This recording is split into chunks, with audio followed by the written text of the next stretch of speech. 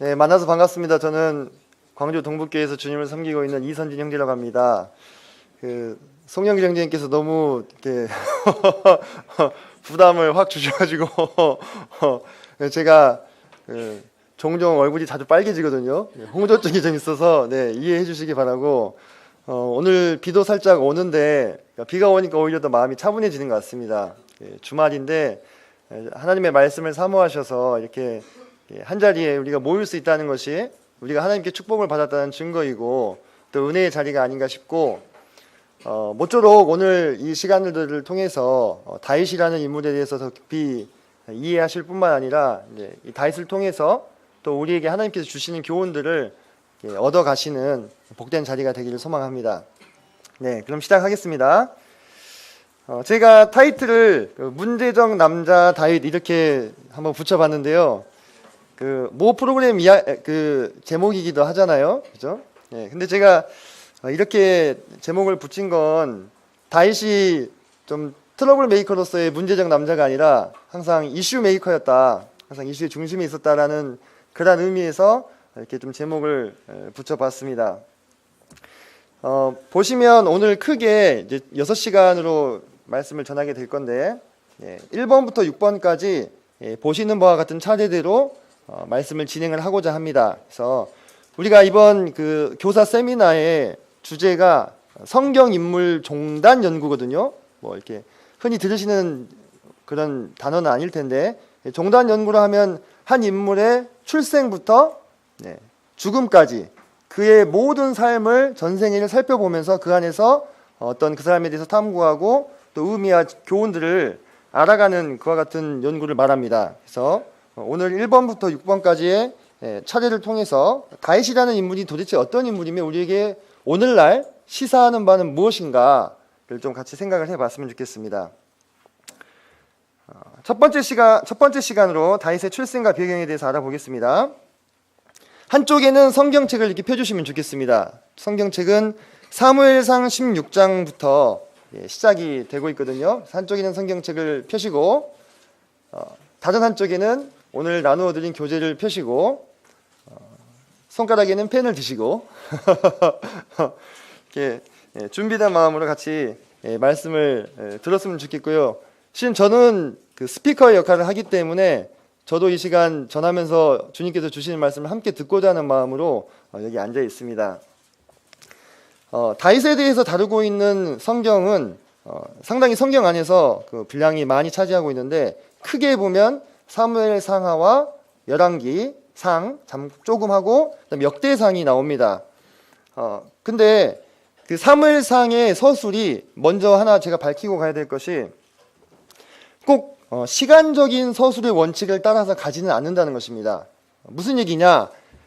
사무엘상이 1장부터 끝장까지 쭉 연결이 되어 있잖아요. 그러면 그 서술이 꼭 시간 순서에 따른 사건대로 기록이 되어 있지는 않다는 거. 사무엘서를 기록한 저자가 필요에 따라서 주제별로 이렇게 더 뒤에 있던 사건을 앞으로 옮겨오기도 하고, 이런 서술의 원칙을 따르고 있다는 것을 먼저 밝혀드리고, 그것은 쭉 앞으로 전개되는 말씀들을 통해서 조금씩 짚어드리도록 하겠습니다.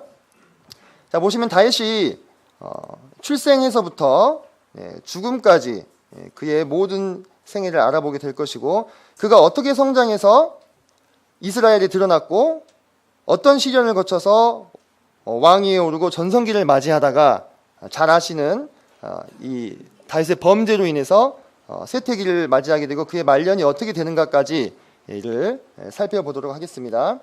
근데 우리가 이 다윗에 대해서 가장 잘 알 수 있는 말씀이 사도행전에 보면 나오는데, 사도행전에 보면 다윗에 대해서 뭐라고 말씀하시냐면, 내가 이새의 아들 다윗을 만나니 내 마음에 맞는 사람이라 내 뜻을 다 이루리라.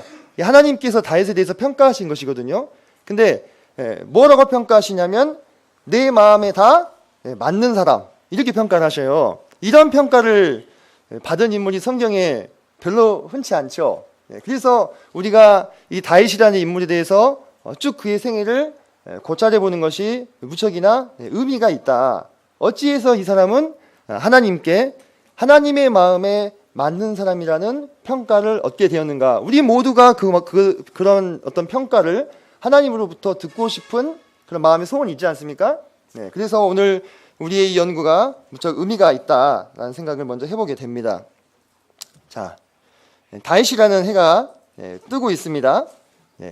그 다윗이라는 그 해가 뜨고 있는 흔적들을 우리는 앞선 성경들을 통해서 만날 수가 있습니다. 보시면 먼저 그의 탄생을 예고하는 다윗의 족보가 룻기에 보면 나오죠. 이 룻기의 배경은 아시다시피 사사시대입니다. 이 사사시대는 상당히 암울했죠. 이스라엘이 우상을 숭배하면 하나님께서 그들을 징계하시고, 이스라엘이 회개하면 다시 하나님이 회복시켜 주시고, 그 다음에 또 타락하고, 이와 같은 악순환의 고리를 반복하고 있는 시대였는데, 그때에 룻기에 우리가 오늘 살펴보게 될 이 다윗 왕에 대한 족보가 나오면서 마치 그 어둠을 뚫고 나오는 한 줄기 빛처럼 다윗의 탄생이 예고되고 있는 것을 보게 됩니다. 그리고 더 올라가게 되면은 야곱이 죽기 전에 12아들에 대한 예언을 하죠. 근데 거기 보면 유다에 대해서 뭐라고 이야기를 합니까? 규가 유다를 떠나지 아니하며 통치자의 지팡이가 그 발 사이에서 떠나지 아니할 것이다. 이 얘기는 무슨 얘기냐면 장차 통치자가 누구로부터 난다는 거예요.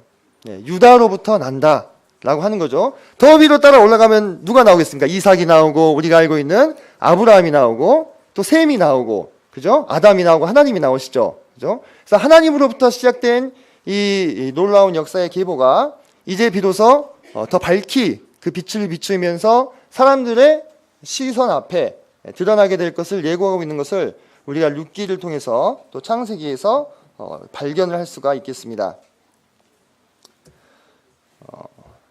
자, 모든 위대한 인물들은 그 인물들의 나타남을 예비하는 사람들이 있었죠. 그죠? 예를 들면 우리 주님 같은 경우에는 누가 예비했어요? 세례 요한이 주님의 오실 길을 예비했던 것들을 우리가 볼 수 있는데요. 이 다윗 같은 경우도 그렇습니다. 이 다윗이 이스라엘에 드러나기까지 그를 잘 이끌어줬던 결정적인 역할을 하신 분이 바로 사무엘입니다. 그래서 그분에 대해서 조금 그 행적을 잠깐 살펴보고 가는 것이 의미가 있을 거라고 생각이 됩니다. 자, 그런데 여기 보시면 성도님들 이런 아이콘이 하나 있죠. 이게 수정이죠, 수정.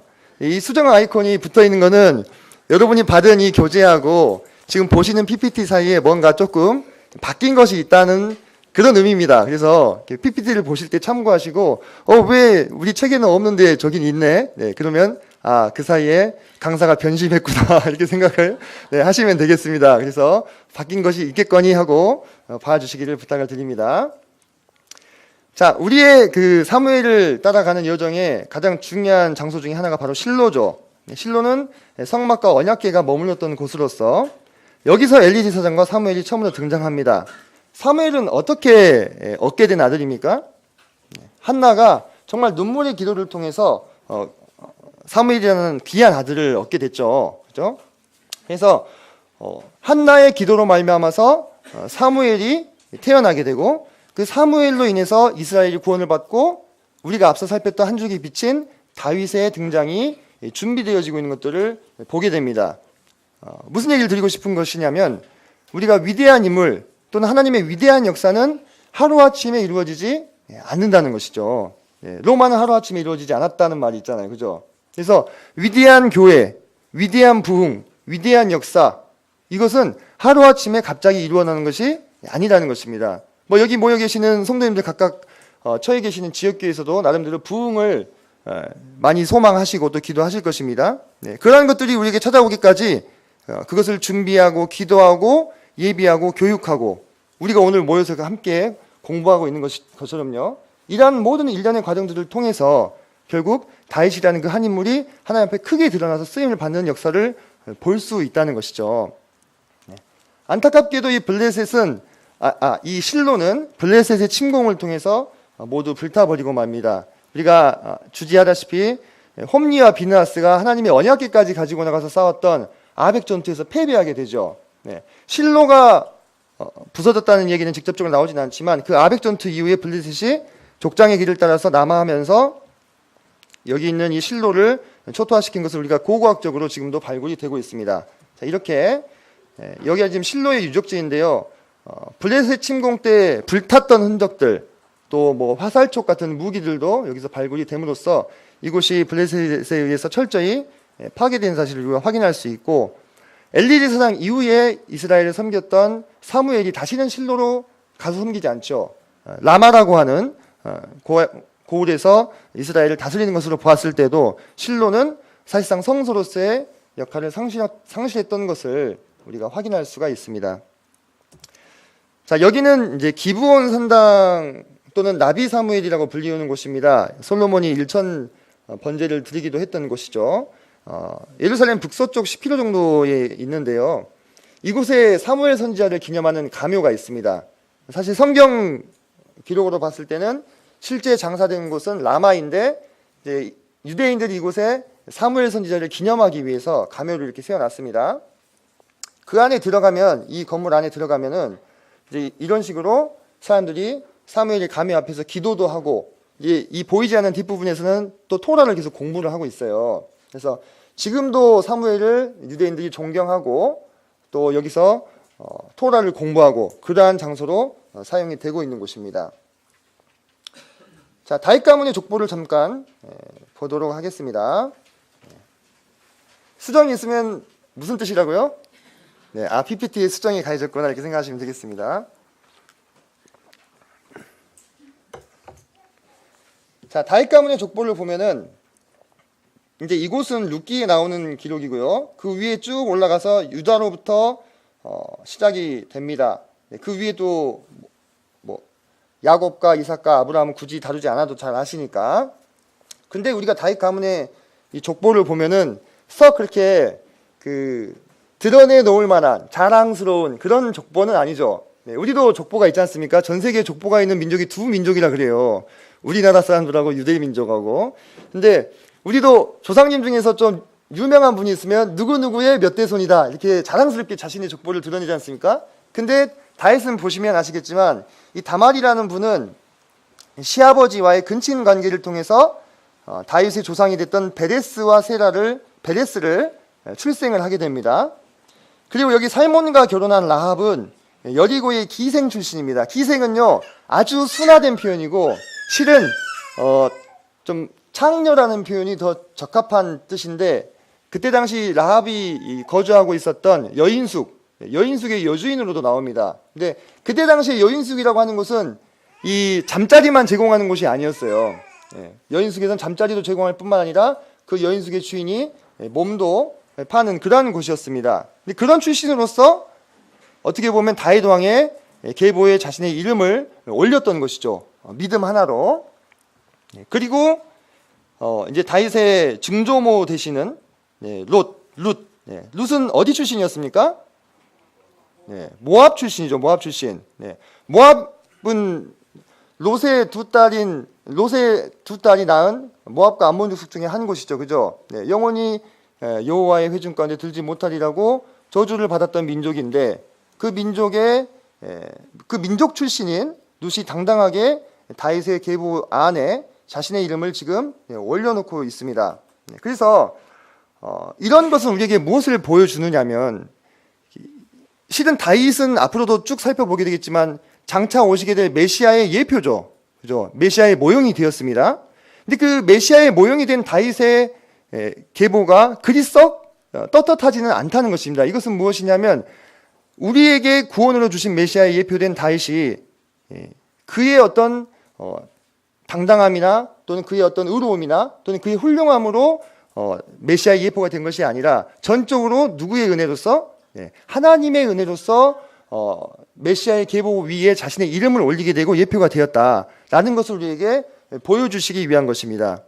그래서 반복적으로 다윗의 삶을 통해서 증명이 되어지고 있는 명제는 무엇이냐면, 구원은 바로 여호와 하나님께로부터 난다 라고 하는 이 명제가 반복적으로 다윗의 삶을 통해서 우리 가운데 증명이 되고 있는 것입니다.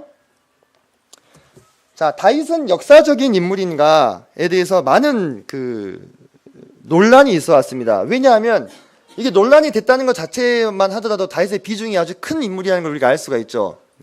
성경에서 그렇게 많이 다루어지고 있는 이 다윗이 왕으로서 이스라엘의 전성기를 이끌었는데, 실은 그와 관련된 고고학적인 유물이 그 명성에 비해서는 충분히 발굴이 되지 못했습니다.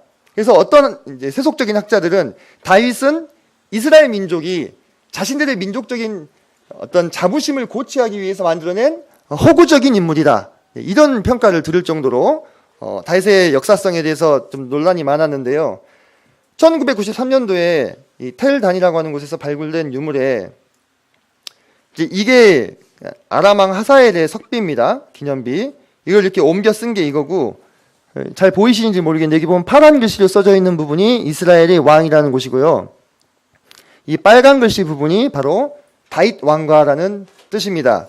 네, 이거를 굳이 읽어서 해석하실 필요는 없겠죠. 아, 이런 뜻이구나 하고 보시면 되는 거죠. 네. 근데 이 석비가 다윗이 존재했을 때로부터 약 200여 년 뒤에 만들어진 것이거든요. 그러면은 200년 뒤에도 인구에 회자되고 있는 인물이라면 이 인물의 실존성이 어떻습니까? 상당히 가능성이 있는 이야기가 되는 거죠. 실제로 존재하지도 않았던 허구의 인물을 200년 뒤에도 추억하는 일이 있습니까? 그런 일은 있을 수가 없다는 거죠. 그죠? 실제로 존재했어도 200년 지나면 다 잊혀져 버리는데. 네. 그래서 이런 어떤 풍성하진 않지만 적어도 다윗의 존재 자체가 허구는 아니었다는 것들을 우리가 알 수가 있겠고요. 동영상을 하나 잠깐 보시겠습니다.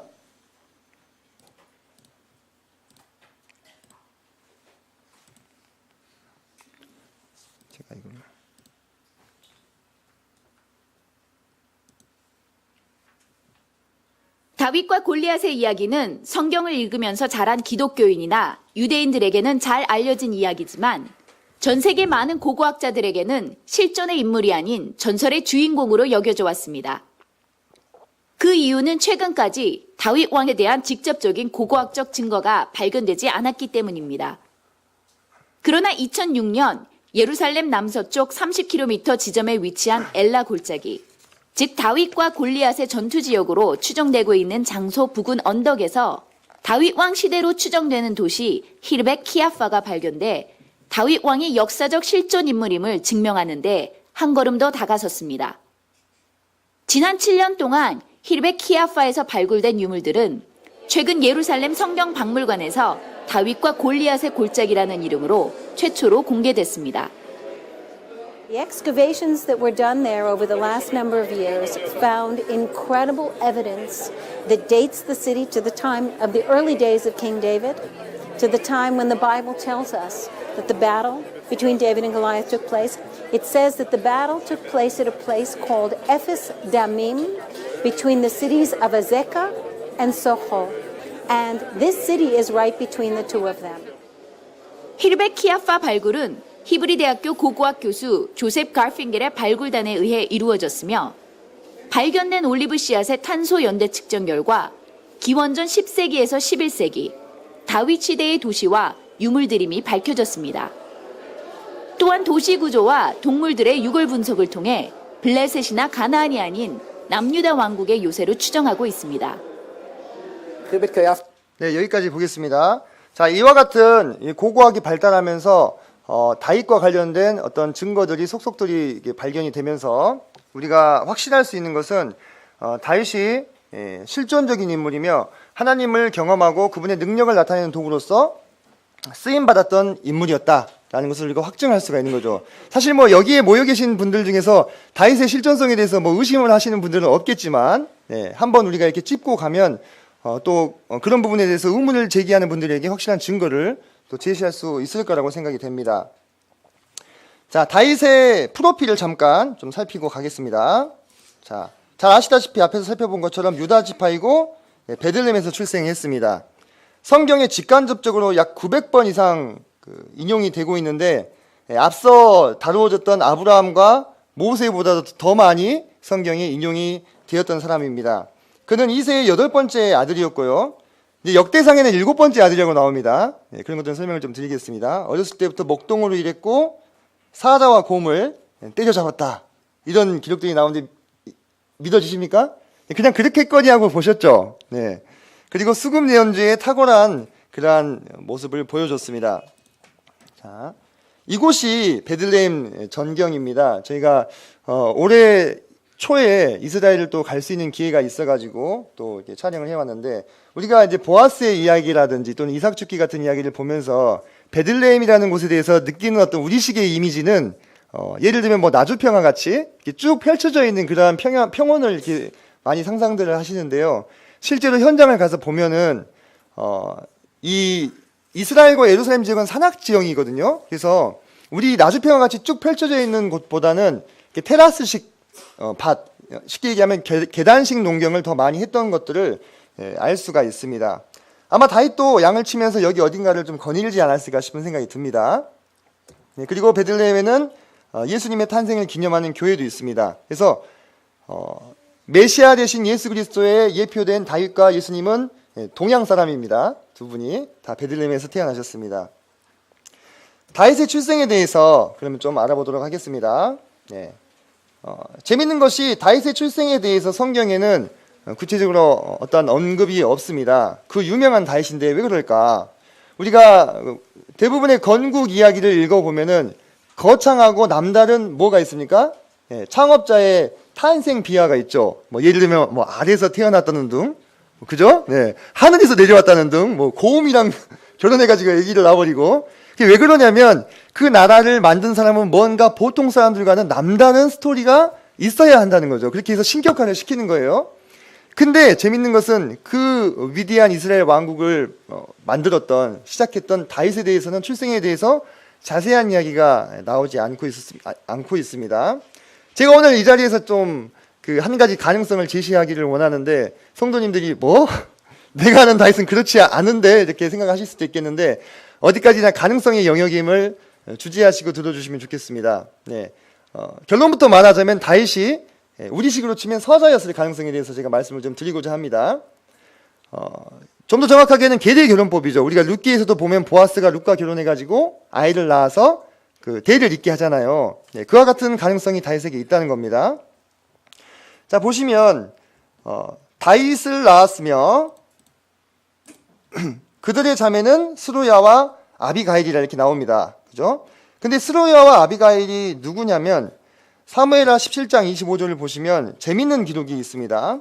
자, 여기 보면 이드라가 나하스의 딸 아비갈과 동침하여 그를 낳았으며 이렇게 나오는데, 이 아비갈은 요압의 어머니 스루야의 동생이더라 이렇게 나옵니다. 그래서 아비갈과 아비가일은 동일 인물입니다.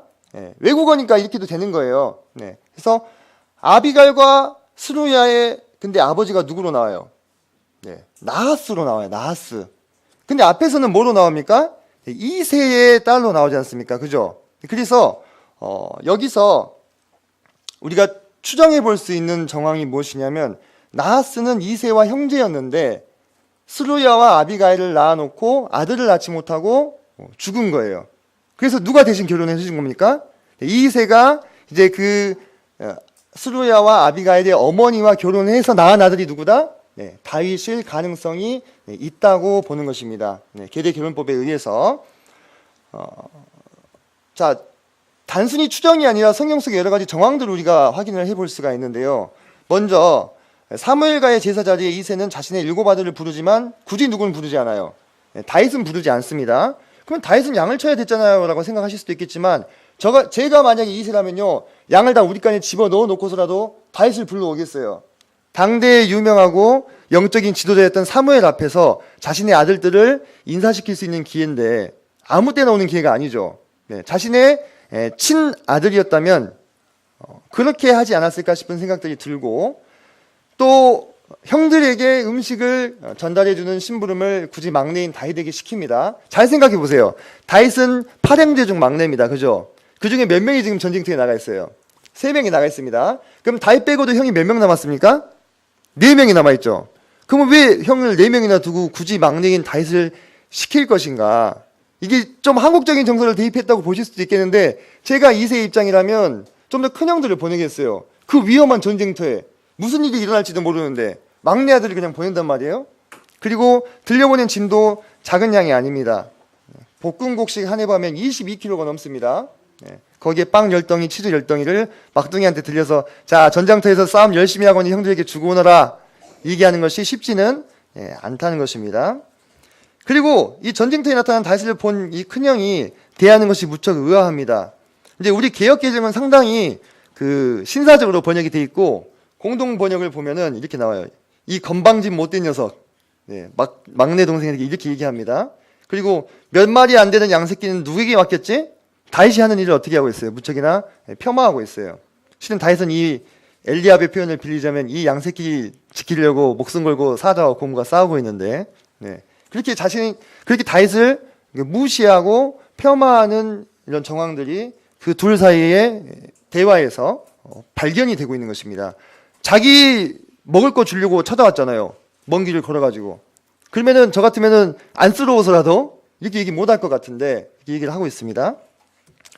자, 추가로 다윗은 자기와 동복인 우리가 제시하는 가능성에 따르면 스루야와 아비가일은 다윗과 동복 자매잖아요. 그죠? 나머지 7명의 형은 이복 형제고 그들의 자녀들을 중용한 것을 보게 됩니다. 요압, 아비세, 아사엘, 아마사 다 스루야와 아비가일의 아들들이에요.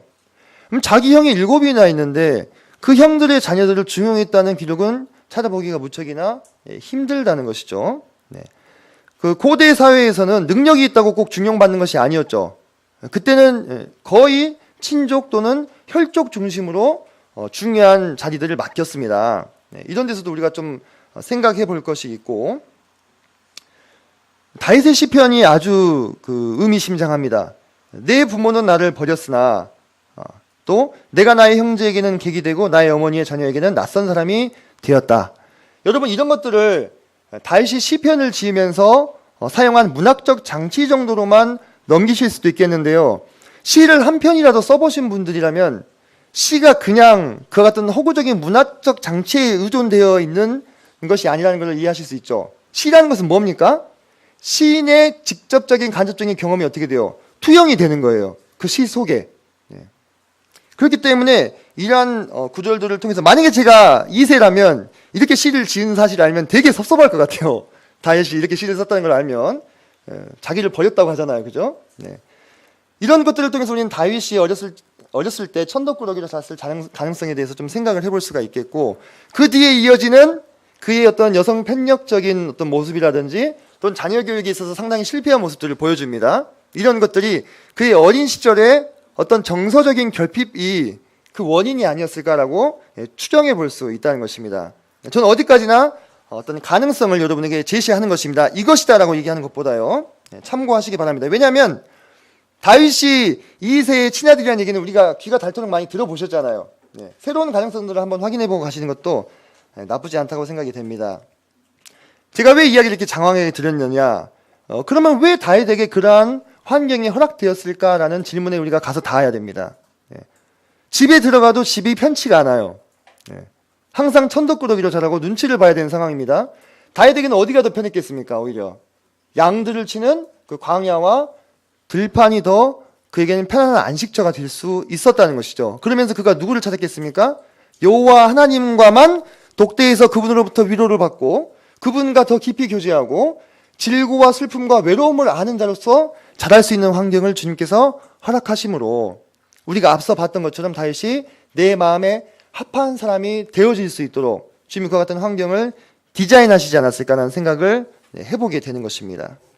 그는 외로움과 질고를 어려서부터 알던 자였습니다. 그러므로 오직 여호와 하나님만을 그의 평생의 위로와 피난처로 삼을 수밖에 없던 자이지 않았는가라는 생각을 좀 해보게 됩니다. 자, 이어서 이제 점점 다시 드러나는 장면들을 보시도록 하겠습니다. 이야기는 사무엘상 16장으로부터 시작이 됩니다. 보면은 그때 사무엘이 사울을 위해서 슬퍼하는 모습을 보게 되는데요. 이때의 슬퍼함은 단순한 슬퍼함이 아니라 마치 그 사람이 죽었을 때 슬퍼하는 그 단어가 원어적으로 쓰였습니다. 그러자 하나님께서는 이제 그만 슬퍼하고 내가 새롭게 왕이 될 사람을 보았으니까 그 사람의 기름을 부어라 이렇게 얘기를 하는데요. 이게 쉬운 일이 아닙니다. 왜냐하면 잘 보시면 지금 우리가 라마로 추정하는 곳이 이 나비 사무엘이 있는 이곳 아니면 기브아 북쪽 약 4km 지점입니다. 학자들은 이곳을 더 이렇게 봅니다. 근데 어디가 됐든지 간에 기브아에서 어떻습니까? 무척 가깝죠. 기브아는 지대가 높아서 주변을 감시하기에 아주 용이합니다. 사울은 지금 어때요? 자기가 버림받았다는 사실을 알고 있어요. 사무엘에게 들었죠. 그러면 차기 왕을 세울 수 있는 권위가 있는 사람은 누구밖에 없습니까? 사무엘인 거예요. 그래서 사무엘만 감시하고 있다가 그가 누군가 찾아가서 기름을 부으면 어떻게 하면 돼요? 그 사람만 죽이면 돼요. 그죠? 그 사무엘에게 사울의 감시의 눈길이 가다 있었을 것은 우리가 어렵지 않게 추정할 수 있습니다. 그렇기 때문에 사무엘도 뭐라고 얘기합니까? 사울이 나를 죽일 것이다 이렇게 얘기하잖아요. 그런데 그런 어려움과 위험을 무릅쓰고 사무엘은 간 거예요. 베들레헴까지 쭉 내려갑니다. 이때 당시 예루살렘은 여부수 족속의 통제 안에 있었기 때문에 이렇게든 돌아서 아무튼 베들레헴을 찾아갔을 거예요. 그리고 사울에게 들키지 않고 하나님의 명령을 이행할 수 있는 지혜를 또 하나님이 주시죠. 사무엘에게. 자, 그래서 이제 베들레헴에 찾아갔을 때 그 성읍 장로들이 떨면서 사무엘을 맞이합니다. 평강을 위하여 오시나이까.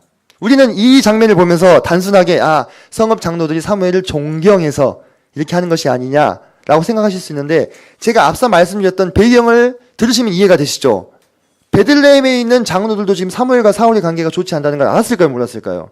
알고 있죠. 자칫 잘못해가지고 이거 휘말리게 되면 어떻게 됩니까? 네, 죽는 거예요. 그래서 평강을 위하여 오시나이까 하면서 떠는 거예요. 네. 그러자 사무엘이 나 그냥 제사 드리러 왔다 이렇게 안심시키면서 이세의 아들들을 제사에 동참을 시키게 되시죠. 그 가운데 하나님이 기름 부으라 명하신 사람이 있을 것이기 때문에 그랬겠죠. 자, 근데 이 천하의 사무엘도 사람인지라 뭘 봅니까? 외모를 보죠. 엘리압을 봤는데 어때요? 너무 잘생겼어요. 키도 크고 멋있어요. 그래서 이 사람이야말로 여호와 하나님의 기름 부으실 만한 자다 이렇게 이야기를 하는데 이때 표현을 보면은 6절이죠. 사무엘상 16장 6절. 여호와의 기름 부으실 자가 과연 주님 앞에 있도다 하였더니 여호와께서 사무엘에게 이르시되 그의 용모와 키를 보지 말라 이렇게 얘기하시죠. 여기서 이 키라는 단어가 그 사람의 키가 높은 것을 말하기도 하고 그 사람이 가지고 있는 기득권, 다시 말해서 엘리압의 장자권을 이야기하기도 합니다. 그래서 우리 사람들은 그런 걸 많이 봅니다. 외모라고 하면 우리가 단순히 생김새만 이야기하는 게 아니죠. 그가 가지고 있는 능력이라든지 지위라든지 위치라든지 명성 이런 것들을 볼 수밖에 없는 게 사람인 거예요. 그리고 엘리압은 그것을 가지고 있었어요. 하지만 하나님께서 택하신 왕은 그 사람이 아니었다는 것입니다. 그래서 7명을 다 봤는데 없어요. 그리고 누가 불려옵니까? 다윗이 불려오죠. 막 이 들에서 들판에서 양들이랑 뒹굴다가 온 거죠. 그 부르심을 받아서 왔을 때 다윗의 모습을 한번 상상해 보십시오. 막 지푸라기, 흙먼지, 땀, 양똥 냄새가 나고 있을 수도 있었을 것이고 하여튼 볼품없는 모습이었을 겁니다. 엘리압에 비해서는 사전에 가기도 약속이 되어 있는 상황이 아니었겠죠. 네. 그런데 그런 그에게 여호와 하나님께서는 이가 그니 그에게 기름을 부으라고 말씀을 하십니다. 네. 사무엘의 마음 가운데 어떤 마음이 들었겠습니까? 진짜 이게 맞아? 이런 생각이 혹시 들지 않았을까? 물론 사무엘의 어떤 인품이나 어떤 영성을 봤을 때는 좀 다를 수도 있겠지만 저는 그런 생각이 번뜩 들더라고요. 아무도 보지 않고 다윗만 봤다면 모르겠는데 정말 잘생기고 멋진 엘리압을 보다가 다윗을 봤으니 좀 그런 생각이 들지 않았을까 하는 생각도 좀 들어요. 그리고 이후로 다윗은 여호와의 영에게 크게 감동이 되는 것을 우리가 성경을 통해서 확인할 수가 있습니다.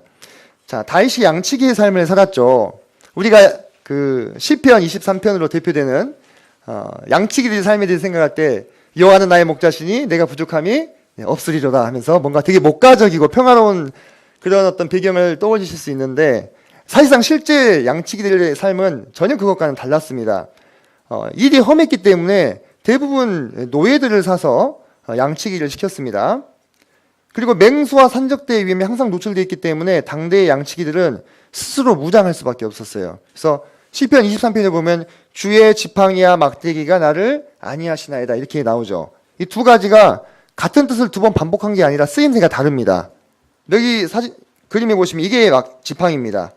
지팡이고 이게 막대기입니다. 지팡이는 올리브나무의 뿌리를 다듬어서 만든다고 합니다. 이것은 양들을 인도하고 또 물의 깊이를 재거나 목자의 받침대 역할을 해주던 것입니다. 그에 비해서 이 막대기는 보시기에도 뭐같이 생겼어요? 몽둥이 같이 생겼죠? 네, 이것은 올리브나무의 줄기를 다듬어서 만드는데 주로 이렇게 허리춤에 차고 다니다가 맹수를 만났을 때 맹수를 물리치거나 또는 이 막대기를 던져가지고 양떼가 그곳을 가지 못하도록 이렇게 길을 안내하는 그러한 것으로도 쓰였다고 합니다. 그리고 여기 왼쪽에 보이신 이것이 이제 그 다윗을 유명하게 만들어준 물매입니다. 네, 슬링이라고도 하는데 이 슬링의 위력에 대해서 제가 잠깐 좀 뒤에 소개를 해드리겠습니다. 네. 그는 이제 이와 같은 것들을 가지고 어려서부터 양을 치면서 사자와 곰을 때려 잡은 것이죠. 다윗 공부하는데 뭔 사자나 곰까지 알아봐야 되나 생각이 드실 수도 있는데 이게 되게 재밌습니다. 네, 이게 보시면 동물의 왕국이 따로 없습니다. 네, 사무엘서를 보면 동물들이 많이 나와요. 식물도 많이 나오고. 저는 이제 처음에 다윗이 사자와 곰을 때려잡았다 했을 때 좀 의구심이 들었습니다. 그래봤자 10대 초반의 소년이, 여러분들 동물원 가서 사자랑 곰 보셨죠? 네, 저는 호랑이랑 눈이 마주친 적이 있었는데 정말 오줌 쌀 뻔했습니다. 진짜 무서워요, 정말. 성인이 보더라도. 그래서 저는 마음속에 생각에 저기 그 이스라엘에 사는 사자랑 곰은 사이즈가 좀 작은가 보다 생각을 했거든요. 아프리카에 사는 애들보다. 근데 실제로 제가 조사해봤더니 아니에요. 보시면 아시겠지만 만만한 애들이 아닙니다. 네, 아주 무섭습니다. 근데 이런 애들과 다윗이 어려서부터 이렇게 싸운 거죠. 네. 제가 왜 이 이야기를 이렇게 장황하게 드리느냐? 이 사자와 곰을 창조하신 분들 누구세요? 네, 하나님이시죠. 하나님이 다윗을 보니까 마음에 들어. 앞으로 왕으로 써야 되겠는데 아직은 좀 여물지가 못했어요. 그럼 얘를 어떻게 해야 되겠습니까? 네, 트레이닝을 시켜야 되는 거죠. 너무 센 애를 데려다 주면 어떻게 되겠어요? 다윗이 죽을 수도 있는 거예요. 다윗의 상태를 적당히 봐가지고 죽지 않을 만큼 고생시킬 수 있는 애를 골라서 보내시는 거죠. 사자도 한번 보냈다가 곰도 한번 보냈다가. 다윗은 죽겠죠. 네, 편하게 양 좀 치고 싶은데 좀 있으면 사자가 오고 곰이 오고 죽을 힘을 다해서 싸우면서 일격필살의 물맷돌 실력을 연마했다는 것입니다. 온 죄를 위해서. 그 다윗이 온 이스라엘 가운데 드러나는 그날을 위해서 연단받고 훈련받고 있었다는 거예요. 사자와 곰을 통해서. 사랑하는 우리 성도님들, 삶 가운데 크고 작은 고난들이 있으시죠? 지금 주님이 나한테 사자와 곰을 보내시는구나 생각하시면 되겠습니다. 네, 그래서 물맷돌 가지고도 싸워보시고 물리기도 하시고 하면서 어떻게 됩니까? 연단되어지시는 거예요. 언젠가 여러분이 또 지금도 하나님의 교회 앞에서 하나님의 나라 안에서 드러나게 되고 하나님의 어떤 맡기신 역할들을 감당하는 그날을 위해서 하나님이 마치 다윗을 기르셨던 것처럼 동일하게 오늘날에 우리도 기르고 키우고 계신다는 것입니다. 중요한 것은 뭐냐면 이 모든 상황을 누가 통제하고 계신 거예요? 네, 하나님의 컨트롤 안에 들어와 있어요. 네. 그래서 이 다윗이 이제 사울이 악신에 들려가지고 고생할 때 그를 위해서 수금을 잘 타는 사람들을 모집을 했었는데 그때 이 다윗이 추천을 받아가지고 왕궁으로 불려가게 되죠. 네. 다윗이 쳤던 이 수금의 이런 모습들입니다. 이것이 이제 고대 히브리인들이 썼던 수금의 모습이라고 합니다. 이것은 애굽인들이 수금의 이제 킨노르라고 하는데 이것을 이렇게 연주하고 있는 그런 모습이기도 하죠. 네. 아마 이 유대인 탈무드에는 그런 이야기가 나옵니다. 다윗이 이 수금을 머리맡에 이렇게 걸어두고 자다가 새벽바람에 수금이 하고 울면 그 소리를 듣고 일어나서 수금을 타면서 하나님을 찬양하고 노래했다. 이런 기록들이 탈무드를 통해서 전해지거든요. 그래서 다윗이 외로운 목동의 삶을 살 때 이 수금을 통해서 하나님을 찬양하고 또 마음 가운데 위로를 얻고 결과적으로는 사울이라고 하는 고통받는 영혼을 도와주는 데까지 이르게 되는 것들을 우리가 볼 수가 있죠. 그래서 성도님들이 뭔가를 배우고 또 경험하실 수 있는 기회가 있으면 마다하지 마시고 해보시기 바랍니다. 주님이 언제 그걸 어떻게 쓰실지 누가 알겠습니까? 그렇죠? 그리고 왕궁으로 불려가서 이제 사울이 그를 사랑하고 무기 드는 자로 삼죠. 이러한 기간들을 통해서 아마도 다윗은 왕궁에서 자신이 어떻게 출입하고 행할 것에 대해서 배웠을 것이고 이것은 향후에 그가 이스라엘 가운데 드러났을 때 아주 유용하게 쓰이지 않았겠느냐 하는 생각을 해보게 됩니다. 자, 이제 운명의 시간이 다가오고 있습니다. 네, 다윗이 그전까지는 거의 무명이었죠. 네, 왕궁의 몇몇 사람들만 아는 정도 수준이었을 텐데요. 하루는 이제 갑자기 아브라함이 왜 나왔죠? 예. 다윗이 이제 아버지의 심부름을 받아서 엘라 골짜기에서 싸우고 있는 형들을 찾아가죠. 네. 여기 이제 지도를 보시면 아시겠지만 이쪽이 이제 동쪽입니다. 이쪽에 베들레헴과 예루살렘이 있고 이 엘라 골짜기를 따라서 쭉 내려가면 이쪽에 이제 블레셋이 있습니다. 해안 평화가 나오겠죠. 그래서 이스라엘과 산지의 이스라엘과 평지의 블레셋이 서로 만나는 지점이 바로 이 엘라 골짜기고 이곳에서 이스라엘과 블레셋이 지금 서로 대치되어 있는 상황이었습니다. 다윗이 집을 출발할 때는 그냥 보통의 날과 다름이 없는 날이었을 거예요. 그죠? 하지만 때로는 너무나 일상적인 길이 그의 모든 운명을 바꾸는 갈림길이 될 수 있죠. 다윗이 그 길을 떠난 다음에 다시는 그 전의 삶을 어떻습니까? 돌아가지 못하는 것을 우리는 볼 수 있습니다. 네. 뭐 요셉도 그랬고요. 제자들도 그랬죠. 우리도 그럴 수 있다는 거죠. 네. 자, 방금 쉐펠라에 대해서 조금 설명을 드렸는데 이 쉐펠라는 우리나라 말로 번역을 하면 뭐 구릉 또는 골짜기로도 번역이 됐습니다.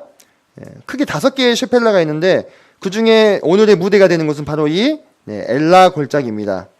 보시면 베들레헴에서 쭉 내려와서 엘라 골짜기를 통해서 가드와 아스돗까지 갈 수 있는 것을 우리가 확인을 할 수가 있습니다.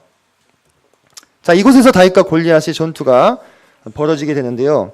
자, 블레셋의 진영은 소고와 아세가 사이에 에베스다밈이라는 곳이다. 에베스다밈이라는 지명은 많이 나오지 않습니다. 성경에. 거의 이곳에서만 나오는데 피의 경계라는 뜻입니다. 이 지명만 보더라도 얼마나 이곳에서 전투가 많이 벌어졌을지 가히 짐작이 되시죠? 그리고 이스라엘은 엘라 골짜기에 진쳤다 했는데 아마도 이 블레셋 진영과 마주하여서 이렇게 진을 쳤을 것입니다. 이 엘라 골짜기에는 간헐천이 흐릅니다. 간헐천은 우기가 되면 비가 오면은 천이 형성이 된다는 거예요. 근데 이 천이요, 물줄기가 북쪽으로 치우쳐 있습니다. 그러니까 다윗이 베들레헴에서 내려와가지고 상대적으로 북쪽에 진친 이스라엘 진영에서 형들을 만나고 사울왕을 만나서 자기가 싸우겠다 이야기하고 바로 시냇가에서 돌을 가져서 전장으로 나가는 것이 아주 어떻습니까? 매끄러운 전개예요. 우리가 지형지물을 살펴봤을 때 왜 물줄기가 북쪽으로 치우쳐져 있으니까 그 물줄기에 이렇게 다듬어진 돌들을 쉽게 구할 수 있었겠잖아요. 이것은 이제 저희가 1월달에 직접 가서 찍었던 사진인데 이쪽이 베들레헴 방향이고 이쪽이 가드와 아스돗입니다. 이게 보시면 어느 정도 평야가 이렇게 형성이 되어 있죠. 이곳에 이쯤 아마 블레셋이 진을 치지 않았을까 싶고 그와 마주하여서 이제 이스라엘이 진을 쳤겠죠. 그리고 이 벌판 어딘가에서 저 유명한 다윗과 골리앗의 전투가 있었다고 하는 것입니다. 골리앗은 어떤 사람이냐? 프로필을 잠깐 살펴보면 가드 사람이라고 나옵니다. 그죠? 블레셋의 5개의 도시 중에서 유일하게 왕도로 지칭이 되고 있는 곳이 바로 가드입니다. 그곳의 전쟁 영웅이었습니다. 키는 대략 3m, 2m 93cm 정도 보는데 갑옷 무게만 57kg예요. 이 중에 57kg 안 되시는 분들도 계시죠? 내 몸무게보다 더 무거운 것을 걸치고 있는 거예요. 이 사람은. 그리고 아무렇지도 않게 움직일 수 있습니다. 그리고 새 창날 무게만 7kg. 창 전체가 7kg가 아니고 창날만 7kg. 두 손으로 휘두르기도 실은 힘들죠. 웬만한 사람은. 근데 이 골리앗을 보고 이스라엘 사람들이 어떻게 됐겠어요? 차마 싸울 생각조차도 못하는 거죠. 근데 다윗은 이때 담대하게도 이 골리앗과 마주해서 이와 같은 놀라운 고백을 합니다. 너는 칼과 창과 단창으로 내게 나아오거니와 나는 만군의 여호와의 이름 곧 내가 모욕하는 이스라엘 군대의 하나님의 이름으로 내게 나아가노라. 그러면서 전쟁은 여호와께 속하였다. 구원은 하나님께로부터 말미암는다라는 이 확고하고 순수한 믿음으로 골리앗을 상대했을 때 하나님께서 그에게 승리를 주십니다. 다윗 생애의 첫 번째 클라이막스가 찾아오죠. 그죠? 하나님을 향한 그의 가장 순수한 의지가 표명이 되는 장면입니다. 우리가 이 성경 말씀을 보면은 골리앗이 언제 죽었을까요? 돌을 맞았을 때 죽었을까요? 목을 잘랐을 때 죽었을까요? 네? 돌이 어떻게 됐다고 했어요? 여기 이마에 박혔다고 했죠. 그러면 이마가 이 두개골이 깨져야 박힙니까? 멀쩡한 데 박힙니까? 두개골이 깨지고 두개골 바로 뒤에 뭐가 있어요? 전두엽이 있잖아요. 그죠? 전두엽이 뭉개져 버린 거예요. 더 이상 어떻게 되는 거예요? 움직일 수 없는 죽음을 맞이한 겁니다. 근데 왜 가서 목을 잘랐을까요? 한번 그 상황을 한번 생각해 보세요. 다윗과 골리앗이 싸우려고 나갔습니다. 뒤에서 블레셋과 이스라엘 군대가 쳐다보고 있어요. 당연히 다 누가 이길 거라고 생각했습니까? 골리앗이 이기겠지. 블레셋 사람들 아마 웃으면서 쳐다보고 있었을 겁니다. 근데 뭐가 씩 지나가더니 골리앗이 넘어져요. 돌이 걸려나 쟤 왜 저래? 그러고 있는데 갑자기 어떻게 합니까? 다윗이 달려가가지고 목을 잘라버리는 거예요. 블레셋 사람들은 야 골리앗 빨리 일어나, 장난치지 말고 지금 뭐야? 어떻게 된 거야? 이런 의구심을 가지고 있는 상황에서 어떻게 되는 거예요? 당연히 골리앗이 일어날 줄 알았는데 다윗이 목을 잘라버리는 거예요. 그 모습을 봤을 때 골리앗 사람들이 어떻게 됐을까요? 아니 블레셋 사람들이 요즘 말로 치면 쉽게 얘기하면 멘붕이 온 거예요. 당연히 우리 용사가 이길 줄로 다 기대하고 있었는데 기대가 와장창 무너진 거죠. 그래서 어떻게 됩니까? 블레셋 사람들이 다 도망가잖아요. 이 완전히 정신적으로 데미지를 입고 다 도망가 버리게 됩니다. 그래서 그날에 큰 승리가 이스라엘을 찾아오게 되는 것이죠. 왜 목을 잘랐는지 아시겠죠? 이건 아주 이 승리가 확고하다는 다윗의 상징적인 행위와 같았습니다. 다윗은 던지는 순간 어떻게 됐을까요? 알았을 거예요. 이게 손맛이라는 게 있어요. 우리가 낚시만 하더라도 이게 뭐다 알거든요. 얘가 이 물매를 한두 번 던져봤겠어요? 던지는 순간 쟤는 죽었다. 느낌이 온 거죠. 근데 가서 자르는 것은 완전히 블레셋 진영을 와해시켜 버리기 위해서 그렇게 했다는 것입니다. 사무엘이 이 소식을 들었을 때 무슨 생각을 했을까요? 제가 아까 말씀드렸죠. 약간의 마음 가운데 의구심. 얘 진짜 맞아? 라는 생각을 하고 있었는데 역시 그는 여호와의 기름 부으신 자로다. 이렇게 생각하지 않았겠습니까? 우리가 떠올릴 수 있는 장면이 있습니다. 예수님께서 감옥에 갇힌 세례요한을 구해주질 않으셔. 세례요한이 사람을 보내줘. 오실 그이가 당신이니까 우리가 다른 사람을 기다려야 하겠나이까 이렇게 얘기하죠. 세례요한의 마음에 뭐가 있었어요? 의구심이 있었어. 메시아인데 왜 나를 못 구해주시지? 충분히 구해주실 수 있는데. 근데 예수님이 뭐라 합니까? 가난한 자에게 복음이 전파되고 맹인이 눈을 뜨고 그 다음에 절름발이가 걷게 되고 이와 같은 소식을 전하라 이렇게 얘기하잖아요. 그죠? 그때 세례요한이 듣고 어떻게 되겠습니까? 마음 가운데 아멘. 그는 메시아시로다 라고 고백하지 않았을까요? 우리 다윗과 예수님은 닮은 점이 참 많지요. 자, 이게 우리가 1월 달에 갔을 때 이분이 우리 가이드세요. 근데 직접 슬링 던지는 거를 시범을 보여주셨어요. 돌이 안 보이셔서 잘 모르시겠죠. 근데 환호성을 보십시오. 자, 한 번 더 던지는데 이쯤에서 돌이 사라져요. 보세요. 돌 사라지는 거 보셨어요? 최대 시속 140km까지 나옵니다. 오늘 아침엔 류현진이나 커쇼가 던진 거예요. 이게 어른 주먹만한 짱돌을 갖다가 그 맞았으니 죽겠어요, 안 죽겠어요? 죽죠. 이게 좀 실감이 안 나실까 봐 하나 더 준비했어요. 잘 보십시오. 지금 슬링을 던지죠. 보이시죠? 공격 무기입니다. 실제로 로마인들이 이 슬링어들을 고용해가지고 던지는데 철투구를 부숴버리고 정강이뼈를 박살내버리고 심지어는 소나 말을 일격에 죽였다는 역사적인 기록이 나옵니다. 그래서 뭔 물맷돌을 던져서 골리앗을 죽여 이거 뻥 아니야? 이렇게 생각하시는 분들이 있어요. 세상 사람들 중에서도. 그렇지가 않습니다. 최대 비거리 470m까지 나옵니다. 어마어마하죠? 이 다큐멘터리를 제작하는 사람들이 최근에도 이것을 한번 재현을 해봤어요. 청동투구를 가볍게 뚫어버립니다. 그러니까 이 골리앗과 다윗의 이야기는 허구가 아니라는 거예요. 그죠? 그리고 나서 이제 요나단의 우정이 나오죠. 그가 옷을 내어줍니다. 요나단은 누구였습니까? 왕의 계승권자였어요. 그가 옷을 줬다는 것은 단순한 이 친분의 과시가 아니라 바로 다윗 당신이 나를 이어서 왕이 될 사람입니다. 라는 것을 인정하는 거예요. 이 옷의 의미가 그렇습니다. 그리고 그에게 무기들을 줍니다. 근데 이 고대 근동에서는 무기는 약한 자에게서 강한 자로 넘어간다는 뜻이 있어요. 그래서 골리앗의 칼을 누가 빼앗았어요? 다윗이 빼앗았죠. 이 얘기는 골리앗보다 다윗이 더 강하다는 겁니다. 근데 그 과정은 강압적으로 이루어졌죠. 하지만 요나단은 어떻게 했어요? 자발적으로 순수하게 당신이 나보다 더 강한 자입니다. 라는 것을 인정하는 의미라는 겁니다. 그런 어떤 문화적 배경을 모르고 그걸 보면요. 그냥 선물 준 것 정도의 의미밖에 생각이 안 되시죠. 하지만 그런 의미가 있는 거예요. 그들은 적어도 20년에서 30년 정도 차이가 나는 사람이었어요. 우리가 주일학교 보면 다윗과 여단 어때요? 비슷한 연배를 그려놓잖아요. 동심 파괴를 방지하기 위해서. 근데 실제로는 다윗이 뭐 10대 후반이면 이 요나단은 40대 후반 정도 나이가 됐던 것입니다. 네, 그래서 평생을 간직한 두 사람. 아마 요나단이 다윗을 보면서 자신의 젊은 시절이 떠올랐을 겁니다. 요나단도 용사였죠. 자기 무기든 자랑 두 명이서 블레셋 진영을 충돌해가지고 큰 승리를 가져오잖아요. 네. 다윗의 순수한 열정과 용기를 보면서 요나단이 그와 같은 모습을 떠올렸을 것은 우리가 어렵지 않게 추론할 수가 있습니다. 그래서 제가 또 드리고 싶은 말씀은 이 중에 여기 앉아 계신 성도님들 중에서 물론 지금도 현역으로 여러 분야에서 주님을 섬기고 애쓰고 계시는 연장자 되신 성도님들이 계실 겁니다. 네. 그분들 중에서 교회 청년들을 보셨을 때 참 나의 젊은 시절을 떠올리게 하는 청년들이 있으시죠. 네. 그런 청년들을 만나면 참 이건 행운인 거죠. 네. 그들을 더 연배가 있으신 우리 형제 자매님들께서 자기 생명같이 사랑해 주시기를 부탁을 드리고 싶습니다.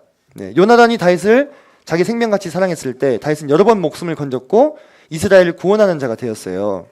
네. 연배가 되신 성도님들께서 나의 젊은 시절이 회상되는 그 어떤 순수한, 심지어는 어떨 때는 무모해 보이기까지 한 그 청년을 생명 다해 사랑해 주실 때 그가 교회 안에서 많은 사람들 유익하게 하고 세워지는 것을 보시는 기쁨을 누리시지 않겠습니까? 네, 그죠? 네. 자, 사울은 왜 다윗을 알아보지 못했는가? 좀 신기하죠? 자신의 무기 드는 자요, 또 수금 타는 자로 삼았던 다윗인데 왜 사울이 알아보지 못했는가? 간단하게 설명을 드리겠습니다. 사울은 그때 제정신이 아니었죠. 악신이 들어갔다 나왔다 하는 사람이에요. 귀신 들린 사람 보셨어요? 눈이 어때요? 네, 눈동자가 벌써 풀려 있습니다. 네, 사울이 그와 같은 상황인데다가 40일간의 대치 상황을 인해서 받은 스트레스 중에서 아마 다윗을 알아보지 못했을 가능성이 크고, 다윗은 그때 성장기 소년이었죠. 그죠? 그리고 베들레헴을 왕래하면서 왕을 섬겼어요. 그렇기 때문에 다윗을 알아보지 못했을 가능성이 충분히 있다라는 거죠. 자, 첫 시간을 좀 정리를 하겠습니다. 네, 다윗 가문의 족보 보셨죠? 네, 하나님의 은혜가 흐르는 구원은 하나님께로부터 말미암는다. 그리고 그는 출생의 비밀이 있었습니다. 외로움과 질고를 아는 자였고, 그러므로 하나님만 의지할 수밖에 없었죠. 그리고 그의 드러남을 예비했던 사무엘, 결코 부흥과 승리는 하루아침에 오지 않는다는 거죠. 그리고 자기 생명처럼 자신을 사랑해 주었던 요나단과의 만남으로 첫 시간을 마무리하고자 합니다. 잠깐 쉬는 시간 갖겠습니다.